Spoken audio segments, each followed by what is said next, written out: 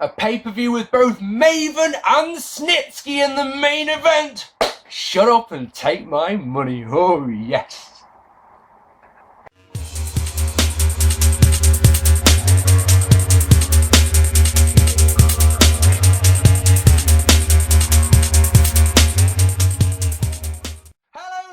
Gentlemen, and welcome to this, your second edition of 10 years ago for the month of November 2014. It's November 2004, of course. That means we've got to look at the Thanksgiving tradition that isn't Thanksgiving. And it's time to look at the Survivor Series from 2004. As stated on the intro, we got Maven and the Snitsky in the main event of this one, so you already know that this pay-per-view is going to be fucking awesome, don't you? We are live at the Guns Arena in Cleveland, Ohio, and I haven't written the date.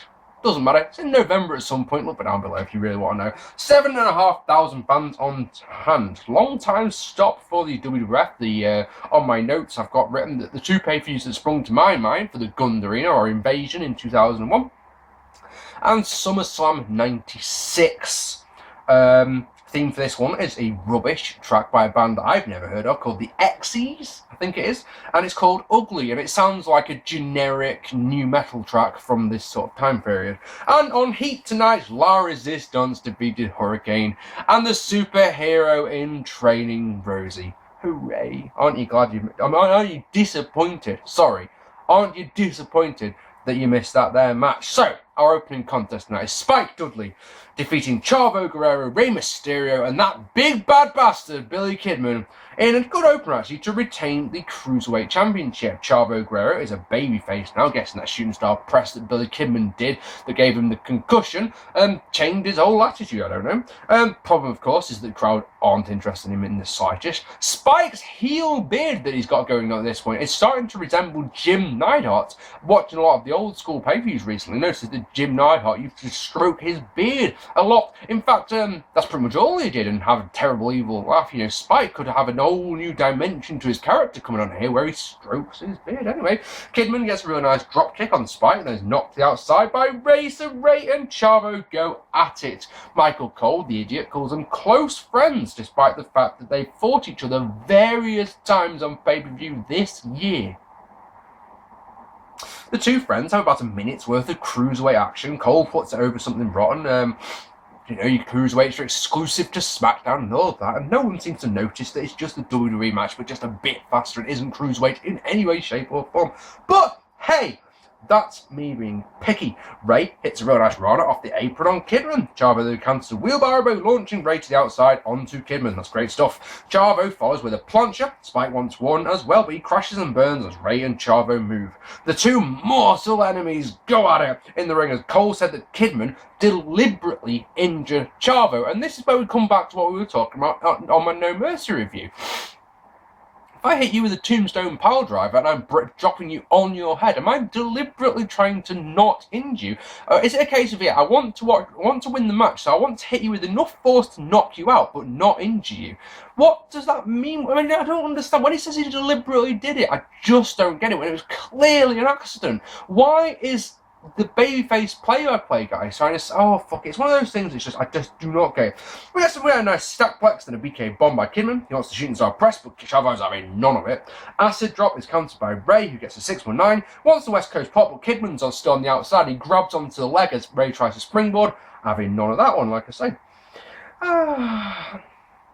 Gory special for Spike. Kidman breaks the cover with a guillotine leg drop. Kidman and Rey end up outside, so Spike can get the win at 9 minutes and 9 seconds. This match was a little too short, in my opinion, especially the finishing sequence felt rushed. Alright, so more time given to that, please. The spots were good, the crowd were hot, and I enjoyed it a hell of a lot more than I thought I would even. It just bothers me seeing Billy Kidman in this match when he had so much momentum coming out of No Mercy, and the crowd were, like, this guy's a badass, and now he's just in the opening contest going for the Cruiserweight title. What's he do? It's nothing. It's just like, oh. In the back, Paul Heyman is firing up Heidenreich, but when Paul leaves to get Heidenreich's straitjacket, I think it is, Snitsky comes in, and we get a truly classic moment. They have a stare down, and they grunt at each other. It's all very homoerotic, to be honest. And then Snitsky says, shall I try? I probably shouldn't try and do the voice, but I will anyway. Snitsky says, I like your poetry. And Heidenreich's all sort of, I like what you do to baby. He is fucking brilliant. Absolutely fucking superb stuff. Maybe my favourite moment on this entire show. Fuck it, it may be the best moment of this entire series. Shelton Benjamin defeating Christian in a good match to retain the Intercontinental Championship. Tomko also has a Neidhart beard, but neglects to stroke it. Sign in the crowd says Shelton is still champ. And you're going, this is as he's making his way to the ring. No shit, Shield. The match hasn't started yet. Idiot. Very nice back and forth at the start. Neither man's able to gain control. Benjamin with a really nice springboard neckbreaker. Christian wants a multi flip, but Shelton bails. He gets into a war of words with Tomko on the outside. He wants to jump off the apron onto him, but Christian stops him. Crowd is very, very quiet here, unfortunately. Christian controls a mighty chin lock. Then on the outside, Tomko drives Shelton into the apron. Christian gets 2 of a reverse DDT. Shelton, which whips Captain Charisma into the ring post chest first to give us a KO spot. He explodes with a clothesline and a leg sweep for 2, then a catapult into a jackknife cover for another one. Christian wants another reverse DDT, but Shelton covers. It looks like he wants one of his own, but bounces Christian off the ropes into a reverse suplex. Have you ever seen that before? Gets him for a reverse DDT, picks him up and bounces him off the top rope, into a reverse suplex. It looks so crisp and nice and delicious. The resulting cover gets 2. Shelton misses a Stinger Splash and it's a nice DDT for 2. Tomko distracts the ref, but Christian can't take advantage with the belt as he runs into a boot. Clothesline off the top gets 2. Off the tip, I don't know. Off the top gets 2. Ref gets rid of the belt, but that leaves Shelton wide open from a big boot from Tomko. Exploder suplex is countered. Tomko wants more, but eats a roundhouse kick. Unprettier is countered into the Exploder suplex for the win at 13 minutes and 23 seconds. Decent length, good action. Crowd got into it in the end. They were very quiet at the start, but Christian's healing it up and Tyson Tomko getting involved made them come alive, made them get behind Shelton. The thing is, right, I've got this written on my notes. I thought these distractions, when they started off at the very start of the match, I thought these distractions from Tomko would really bother me, but they just didn't. I thought they enhanced the match. They made it a better match, which is really good.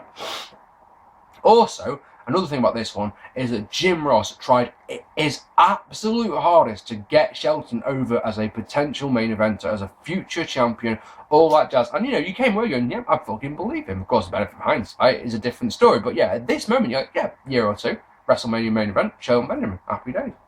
In the back, Angle and Edge, Kurt Angle, have a confrontation. They sow the seeds. They sow some seeds. They sow some seeds ever so subtly by Edge saying he took out Shawn Michaels. Kurt Angle saying I could make Shawn Michaels tap out in seconds. It's one of those, ooh, that's lovely. And then Kurt runs into Eugene, who reminds Kurt that he won a gold medal, which I didn't know. They should bring that up more often on WWE programming, that Kurt Angle won a gold medal. Then Eugene sings the You Suck song at him, which is nice for him, I suppose. And then, if that's not enough, we get a WrestleMania recall. And it's the WrestleMania 14 main event. Take all of this and add it to the opening contest, and it would be a better match. Haha. Team Guerrero, which is... press down too far because I'm a moron. Eddie Guerrero, The Big Show, Rob Van Dam, and some bloke called John Cena, defeating Team Angle, which of course is Kurt Angle, Mark Jindrak, Luther Reigns, and Carlito in an alright Survivor Series match. Bit of a one-sided that one, isn't it, on the old lineup? The babyfaces is clearly the better team, because on the heels you've got Kurt Angle, 2 big guys, and a guy who made his debut less than a month ago. Carlito, Caribbean Cool, Triple C, made his debut the SmackDown After No Mercy, winning the United States Championship from John Cena on his first try. His gimmick is that he is cool. That's nice and easy. And he spits apple at people who don't want to be cool. And now that's an important one that I'm sure I will bring up in the future. What about us who are trying to be cool but just aren't, like yours truly. I'm the most boring person in the entire world, but I love to be cool. I want to be cool. Am I going to get Apple spat in my face? That's a question I'd like you to address in the comments. He has a bodyguard. He has a bodyguard called Jesus with him. What do you mean that's not his name? That's how it's spelled. All right, it's Jesus. Jesus stabbed John Cena in a nightclub. Why? Well, because Cena had to go off and film some movie called The Marine. So instead of doing the usual heel beatdown, guy's gone for a few months, comes back, even bigger babyface, yada yada yada. No, Jesus was in a nightclub that John Cena was in, and went and did some stabby action, and John Cena, instead of going to the police like any sane person would do, or actually he probably wouldn't have to go to the police would probably already been called because some guy in my nightclub's been stabbed, you know? But yeah, in the quasi-bonkers world of pro wrestling, you don't get revenge on someone actually trying to kill you, you do it in the ring, obviously. Also, of note before we go on, is that the heels had attacked Big Slow's ankle on the SmackDown before this, so Big Show has a great big bandage on his ankle now. What do we say in Wrestling 101 about people wearing big-ass bandages? Heels come out all to Kurt Angle's music. The faces, however, get their own entrances. Haha. Odd that Cena comes out after Eddie, but it kind of makes sense as to what happens next, as Cena is pissed. He's really pissed off and wants some revenge for the stabby, like I say. And yeah, as I say, fuck goes to the police. He fucks off the rest of the match and wants some of Jesus, chasing both him and Carlito to the back. He gives out all kind of beats. At one point, Carlito throws a bin at John Cena, who just sort of goes, "Whoa." Sort of carries on as if it's nothing. Carlito and Jesus show what chicken shits they are. They can't handle. It's 2-on-1. It's 2-on-1 for fuck's sake. Just batter him there. Fuck it, I'm out of here. So they run to a car. They notice that there's a car park, They notice there's one woman in a Mercedes-Benz, pull her out of the car and fuck off. And John Cena goes, "Rrr," and then, oh yeah, shit, the match. And missions off back to the match. Funny stuff. Hey, and the thing is, that's really good about this is while all this is happening, right, there is no noise from the crowd, and at no point do we cut back to the arena to see what they're doing. So my guess, and please someone, if you were there in the crowd that night, please let me know in the comments, yeah? I just assume that all of the rest of the guys in the match are just sat there leaning on the ropes. How's your missus? Sort of thing, you know, like, because like, what else would they be doing? Because, like I said, there's no crowd noise at all. So you sat there going, so they're not brawling, are they just standing? All of them just sat leaning on the top rope, watching the Tron going, fucking, that's not what I would have done. I would have pulled a gun on the fucker, because he tried to stab me. And it's, you know, tit for tat. No, never mind. Anyway, so Big Show owns against Jindrak, and then RVD and Eddie do a nice springboard splash, rolling the thunder combo for 2. We get a nice head scissors arm drag combo on Jindrak and Reigns by Eddie. But Reigns takes control with 3 backbreakers, all kinds of mean. Come on, 1 could have broken his back, but 3? Come on! Jesus Christ. Eddie is your Latino in peril. He gets beat down by Angle, including a perfect belly space suplex. Oh my god, Jam, this heat segment lasts forever. It just goes on and on and on and on. And you start going, right, in the Survivor Series where you can get pinned off a fucking axe handle, why is this happening? Why is this taking so much of my match? Normally in a generic tag match I'd like this. In an elimination rules match, it's like, why is no one just pinning him? Anyway, Eddie gets a Rana on Jindrak and a mild tag to RVD, who gets an Enziguri and a frog splash on Jindrak, but Angle is the legal man and rolls Van Dam up to eliminate him. Hooray! All that for that elimination. Fucking A. Eddie rolls up Jindrak to eliminate him. Sure, Jindrak wasn't legal there, but whatever. Reigns attacks the injured ankle of Big Show, but Show doesn't bother selling it at all. Does a huge choke slam on Reigns to eliminate him. Ankle lock, obviously on the injured ankle on the Show. Show goes, fuck it, and pushes Angle off. Angle tries to bail, but RVD comes back to stop him. Show puts him in the ring for an FU frog splash, and the Show covers for the win at 12:26. Match was okay. Felt the heat segment on Eddie was way too long. And yeah, it's obvious that Cena's going to be the rise. I mean, it's pretty obvious for months, but Cena's the star of the show. Like I say, while he's doing his beats in the back, the match just doesn't happen. It just, no, and no.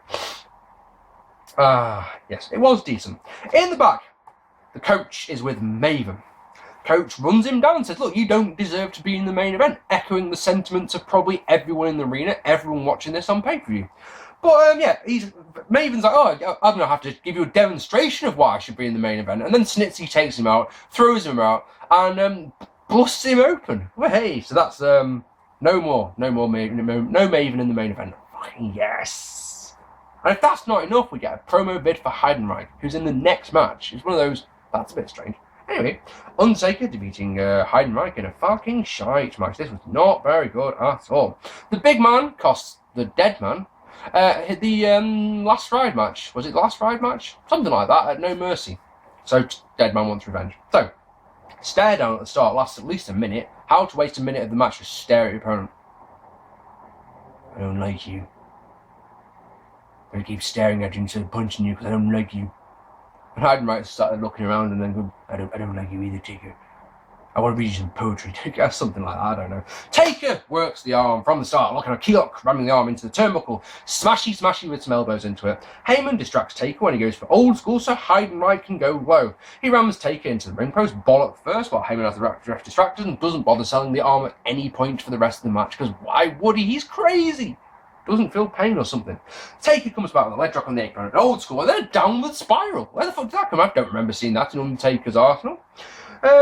He misses a big boot in the corner, so Heidenreich punches. And then I've noticed that all Heidenreich's offense so far in this match is punches and punches and punches. It's like this guy doesn't know how to do any wrestling moves. It's just punches.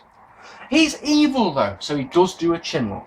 They fight over a suplex. Taker wins that because Heidenreich has no moves, obviously. We get stung on the apron, followed by a lariat off the top for 2. Snake eyes, big boot, leg drop, get 2 for Taker. Choke slam is counted into a fucking black hole slam by Heidenreich. There's 1. Well, there's a new game for you. How many moves will Heidenreich do? 1. He wants some more punches, this time in the corner, but Taker counters into a last ride. Cover only gets 2, as this big man, who hasn't been in the business for very long, has the wherewithal to grab the ropes. I'll give him that one. Well done. Ha! Sleeper by Heidenreich. Taker immediately counters into a back suplex for a KO spot. Taker does the Dombey sit-up, gets a big pop, hits the flying clothesline, calls for a chokeslam, hits it, doesn't cover because he wants the tombstone instead, which gets the win at 15 minutes and 58 seconds. As a match, it was passable. It was all right at best. You don't want to give this more than 1 star unless you're really crazy up here. Heidenreich needs to go away from this match and learn a fucking moveset. Punches and a black hole slam. I could check what his finisher is here, but I can't be bothered. So let me know in the comments below. What's his finisher? Because I've honestly no clue. And, you know, it's on Wikipedia, for example, it'll tell you in wrestling, it's like their signature moves. Well, his be his fucking finisher and some punches. Or will it just be in wrestling? One thing, his finisher. I don't get it. 1 star if you're really nice, and I'm not. So, half a star from me. Maria is with Bischoff.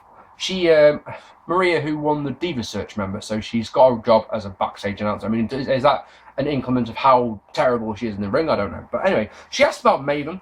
Bischoff says Maven is not able to compete tonight, so Maven may not be able to compete. Maria asks if Team Orton can find a replacement. Eric says no, because if they do find a replacement, Triple H and his team will kick off. And by the way, I'm off on vacation, so fuck it. I've earned this vacation. Incidentally, I think Eric Bischoff looks so much better with his short white hair than he does with his dyed black hair. But hey, Trish Stratus defeating Lita in a rubbish match. So Trish had mocked Lita about losing her baby, so Lita wants revenge. To be fair, the video package for this one is very good, and it makes you want to see Trish get the shit kicked out of her. Let me tell you about this match. There's some stiff punches and 2 chair shots ending in disqualification in 1 minute. That's it. There is nothing else. The chair shots were good, but Lita had thrown Trish outside and got the chair and whacked basically the timekeeper's table with the chair. So there was a good that much gap between her head and the chair. Now, I don't know if Trish did a blade job here, even if it's just a tiny one, but she's got blood in her hair and at the back. So she's been bust open somehow. I don't know how, unless one of these shots from Lita potatoed her on the top of the head, because the next time you see Trish turn around, she's got a busted nose as well. So I'm guessing that for realism's sake, Lita really threw the punches, or she doesn't know how to work a punch. It's one of the two. In the back, Teddy Long congratulates Team Eddie and then grants Cena a rematch with Carlito for the United States Championship. That match will take place this time on SmackDown, and Carlito had suffered a legitimate injury, so Cena wins the United States title back. Who fucking Ray? JBL defeating Booker T in a rubbish match to retain the WWE Championship. Just to go back on the last one, it was more angle than match. It's the women's title it sets up the women's title match on the December the 6th episode of Raw. The women's title match will be the main event. You know it. It's infamous. It's one of those matches that really splits people, because some people will say it's one of the best women's matches they've ever seen in the main event slot, and deserving to be so. It had some great stuff in it, but for me, it just I will always remember it as the one thing, and that's stupid suicide dive that Lita did, where she landed on her fucking chin. She came out bent backwards, came down on her face. It was how she didn't break her neck. It's one of those things. I thought, hang on, when was that? Typed in Lita versus Trish on YouTube. It's the first thing that comes up, and I watched it until I had to turn it off. It's like, that is fucking disgusting.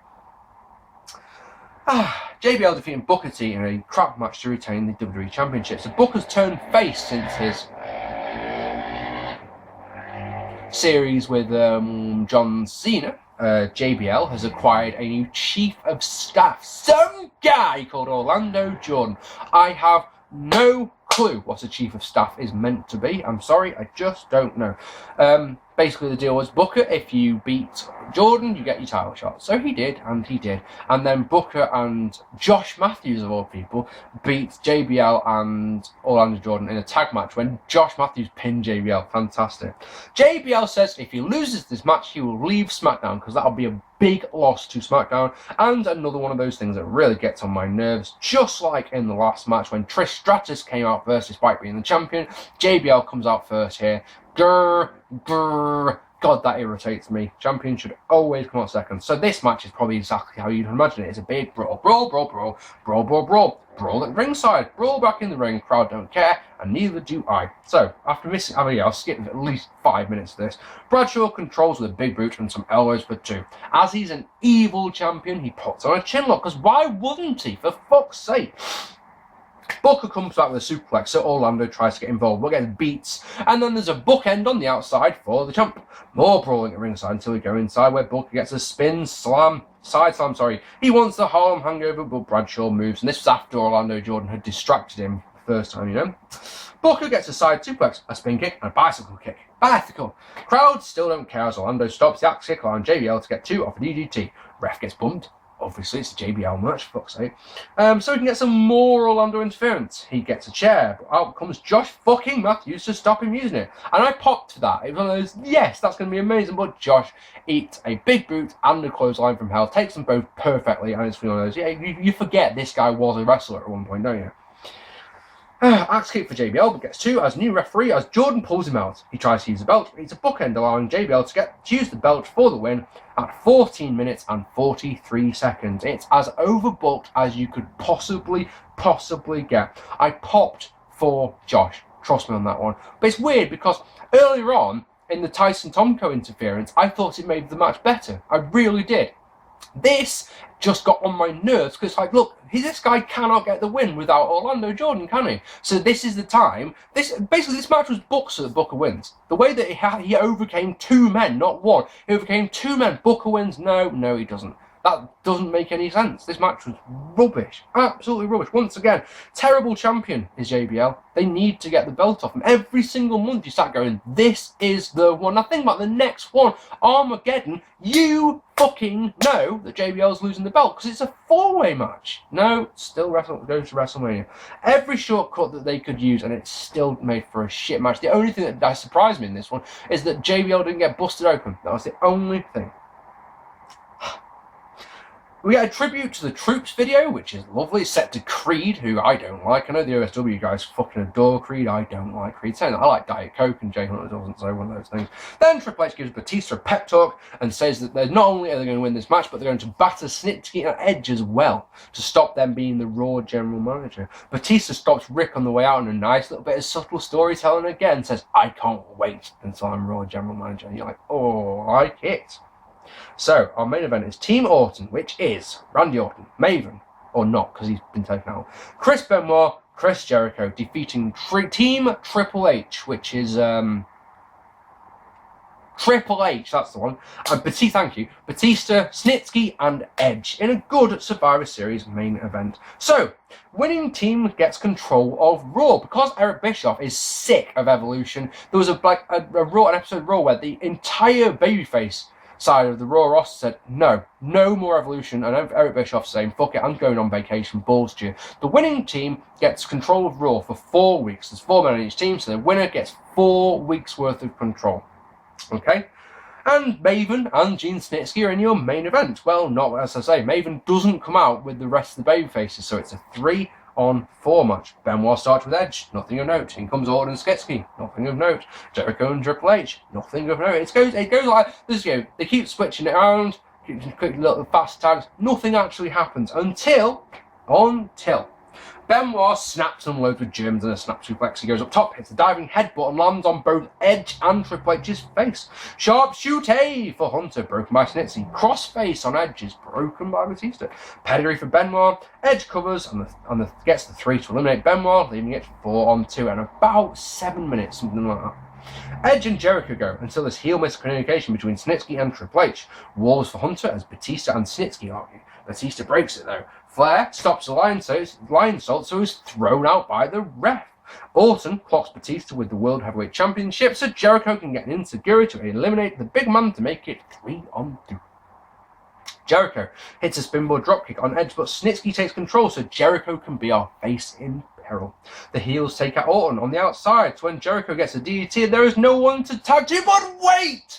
Here comes Maven, bandaged up, didn't bother cleaning all the blood off his forehead. It's like they just stuck a plaster on it. So you know that he was busted open. And just in case you forgot that an hour ago he was busted open, they leave all the blood on his face. Bit strange, that one. He gets on the apron and the mild tag because the crowd don't give a flying fuck. Cleaning house, somehow Snitsky is busting open as Maven with a bulldog on Triple H, but he hits a massive chair shot from Snitsky to get himself disqualified. Snitsky, that is. He hits one on Jericho, one for Orton for good measure, as Triple H covers Maven to eliminate him. Bye, Maven. You'll never be in the main event ever again. Pressed down too far again. Edge tries to pin Jericho, who has none of it 3 times. Pedigree is countered, but Jericho hits a spear from Edge to eliminate him, leaving Edge and Triple H versus Randy Orton. Orton tries to fight. If he was even remotely over as a babyface with this crowd, they will get behind him and they'll be like, yes, come on, Randy! But he's not over with this crowd at all, so they don't. How's that one sound? Crowd have popped to the spots in this one, but nothing in between. That is a big problem I have with this match. Triple H gets 2 off a DDT, Orton with a power slam on Edge. Orton drop kicks Edge into Triple H and gets 2 off a roll up. Hunter comes charging in to give us the quad ripping spine buster of Doom! He only gets 2 though.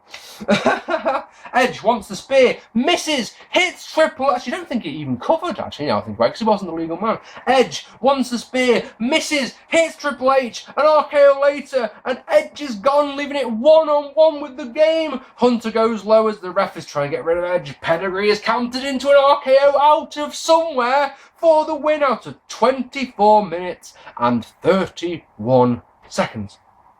I thought this match told a good story because it was, at the end of the day, underdog babyfaces versus badass heels. It was that simple, wasn't it? Done really nicely. My only complaint about this match, honestly, was the two. I don't think Maven and Snitsky should have been in there, but at the end of the day, Raw's roster is who else would you have put in there? Bear in mind who else was already involved in matches tonight. And yeah, the crowd popped for the spots, but were silent in between. There was no noise. There was no chants. There's not like we got a Orton. Nothing. They were really, really quiet. So, the show. What did you think of this one? Let me know in the comments down below. Hit that subscribe button and hit that like button if you haven't already. I watched this show in one sitting. That to me is always a good sign, alright? I enjoyed the first 3 matches and I enjoyed the main event. So it's a thumbs up from me and it's going to score something over half, isn't it? But there are 2 matches here that really, really drag it down. Taker and Heidenreich is rubbish. JBL and Booker T is rubbish. SmackDown not looking too great on that front. you know, and when their main eventers are being completely upstaged by the Cruiserweights and by their Survivor Series match, you know. 6 seems too little, 7 seems too much. So it's a 6.5. If you wanted to go 7, I wouldn't complain though. I've been Mark P. I would love to know what you thought of this. The next episode of 10 years ago will be another TNA review. I'm going to do Turning Point 2004 from December 2004. Obviously, vid's already in the can. Look forward to that one. I've been Mark P. This has been 10 years ago. I really, really hope you enjoyed this vid. If you have, again, please leave me a comment down below. I don't know why I went... leave me a comment down... I don't know why I said it like that. Leave me a comment down below. Hit the subscribe button if you haven't already. Click the like button. Share this on Twitter. Share it on Facebook. Share it everywhere. Share it with anyone that you know who likes wrestling and likes listening to a British guy talking shit. How does that one sound? I've been Mark P. As I've said 3 times now. Take it easy, guys.